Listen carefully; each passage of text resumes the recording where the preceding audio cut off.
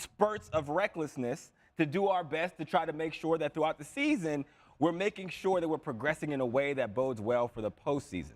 You're going to see a lot more cover 3, cover 4, a lot less cover 2 with no Nick Bosa, the 49ers run. That all bodes well for Jordan Love because he's better against those coverages. And they don't blitz. They're four-man rush. They don't blitz. Yeah. It's a four-man rush.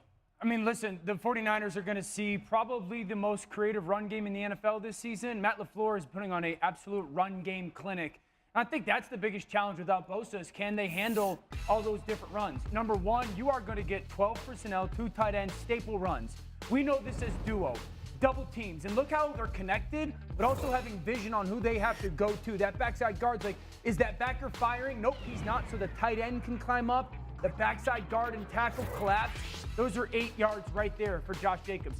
But then he takes staples, motion across, okay?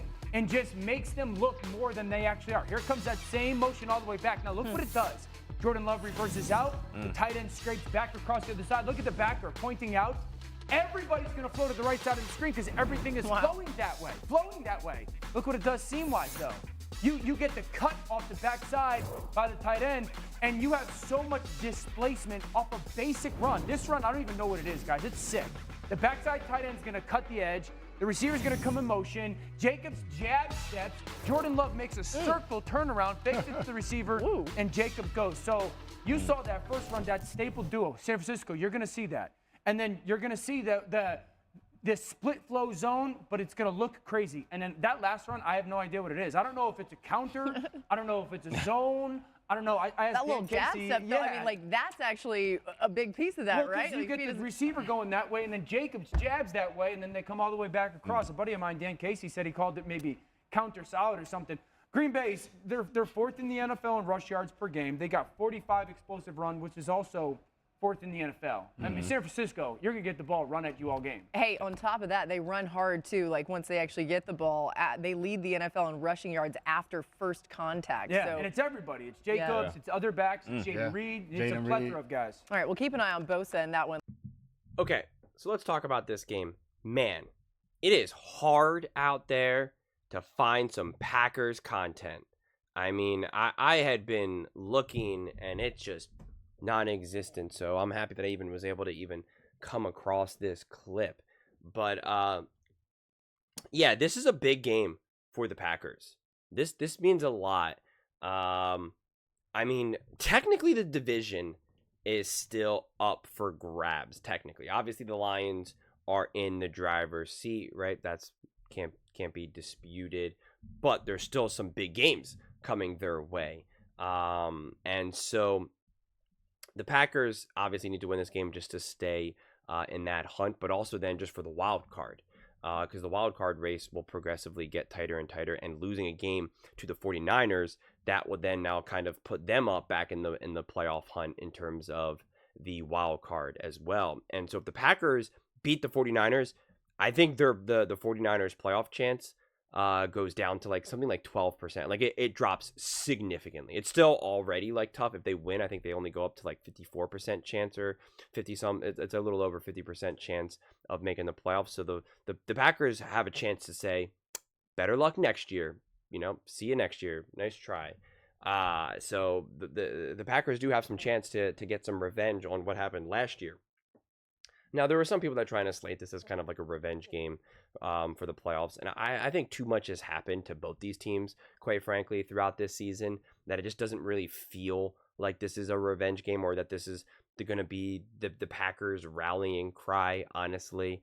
Both of these teams, the way how their season has unfolded has not gone exactly according to plan, whether it be because of injuries or, you know, however we want to explain it away. And I just feel like enough time has passed that I don't know. I personally don't see. I'm curious how Packers fans feel about it, but I just, it's not the way how it lands to me personally, but I'm sure it'll still be pretty sweet revenge if they can beat them and pretty much squash their playoff hopes. I'm sure that will definitely feel good. But here's the reality for the Packers. They're at home, right? They're at home. And the 49ers are banged up. I don't know if Kittle's playing, Bosa's out, Purdy's and something with his shoulder now, or I think that's what it is. He's not 100%. Like, this team is hurting. They lost to the Seattle Seahawks. They have not been a great team. They're 5-5. This will be, I think, Christian McCaffrey's 3rd game or so. If the Packers are legit, and again, I know everything's not 100% perfect for the Packers, but if the Packers are a legit top contender in the NFL, which I believe them to be, and Jordan Love is who I think he is, like, this is a game that you win, and you win convincingly. It's not one of those eke out last-minute field goal games. Like, this should feel like a game where you're like, yep, the Packers are better. Because it's one thing if the 49ers were full strength. And this was kind of a back and forth. Then it's like, yeah, one-score games, NFL, it's the way it goes. And this game could still end up being a one-score game, but we always talk about how in football, these days, more often than not, the games end up being a one-score game. But that's also just because of once a team has a true lead, you just start to kind of give up points. The best example of this most recently was what happened with the Eagles versus the Commanders. The Eagles kind of blew that game open, and then they gave up some points at the very end. But it was like, yeah, it was never really going to be that close by the end of the game. And so this game for the Packers should feel like big brother, little brother. Because that's what great teams do to other teams that are banged up. Other teams that are banged up and that are not playing well. It's one thing if they were playing well and now they're just a little banged up.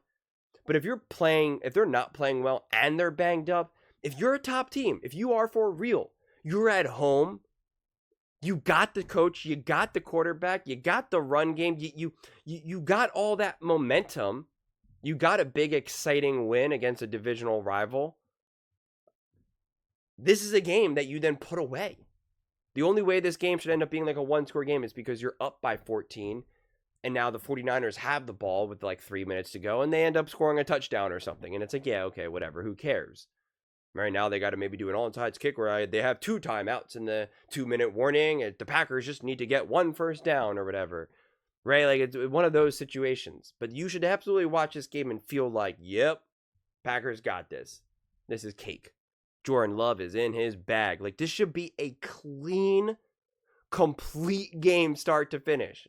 The Packers really need a clean game. Jordan Love needs a clean game. And that 1 interception wasn't even that big of a deal to me because it wasn't a bad decision. I'm more concerned about bad decisions than bad throws.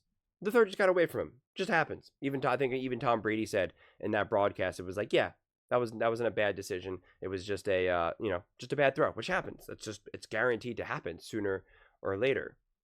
So I'm less concerned about that because I think Jordan Love's decision making against the Bears was really, really well. And I know it wasn't like this big iconic game where Jordan Love's balling out and again throws for 300 plus yards and the Packers hang 35. It wasn't that style game, but I still think it was a good game. It was a game that the Packers obviously absolutely could have lost. There's no argument there. Like any Packers fan that doesn't understand that, like you got to understand like that was a game that you absolutely could have lost and probably should have lost, quite frankly.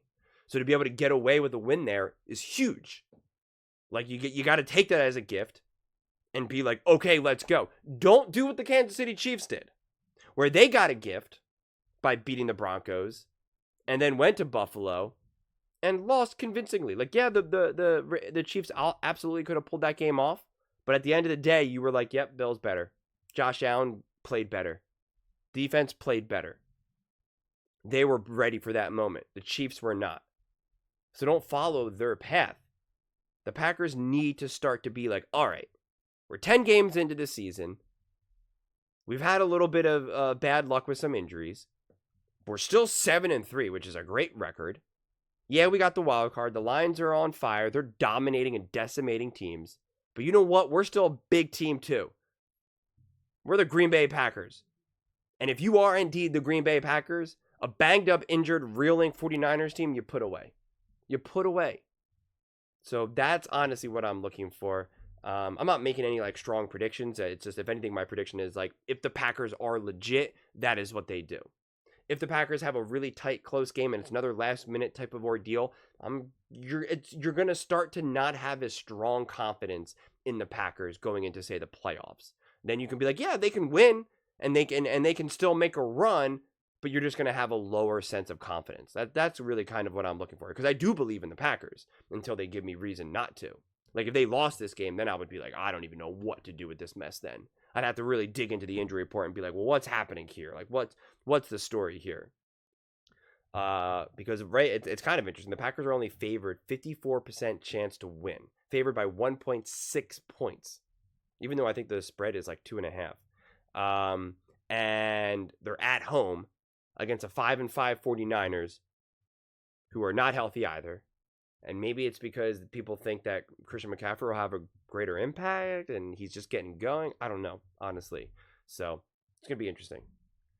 But those are just my thoughts. I'd absolutely love to hear yours. What do you guys all think about the Green Bay Packers and what they need to do to put away the 49ers? Let me know in the comments below. I read every single comment, so whether you agree with me or disagree with me, either way, let's get in some discussions. Let's get in some fights, but ultimately, let's just have some fun. And please do consider subscribing. We are building an amazing community here, and I'd absolutely love to see you part of it. I want to build something that we all genuinely feel connected to, something that we're really excited to be part of. I think we're on our way to doing it. And please don't forget to give this video a thumbs up, as it really does help with the visibility and the algorithm. Thank you so much. See you next time.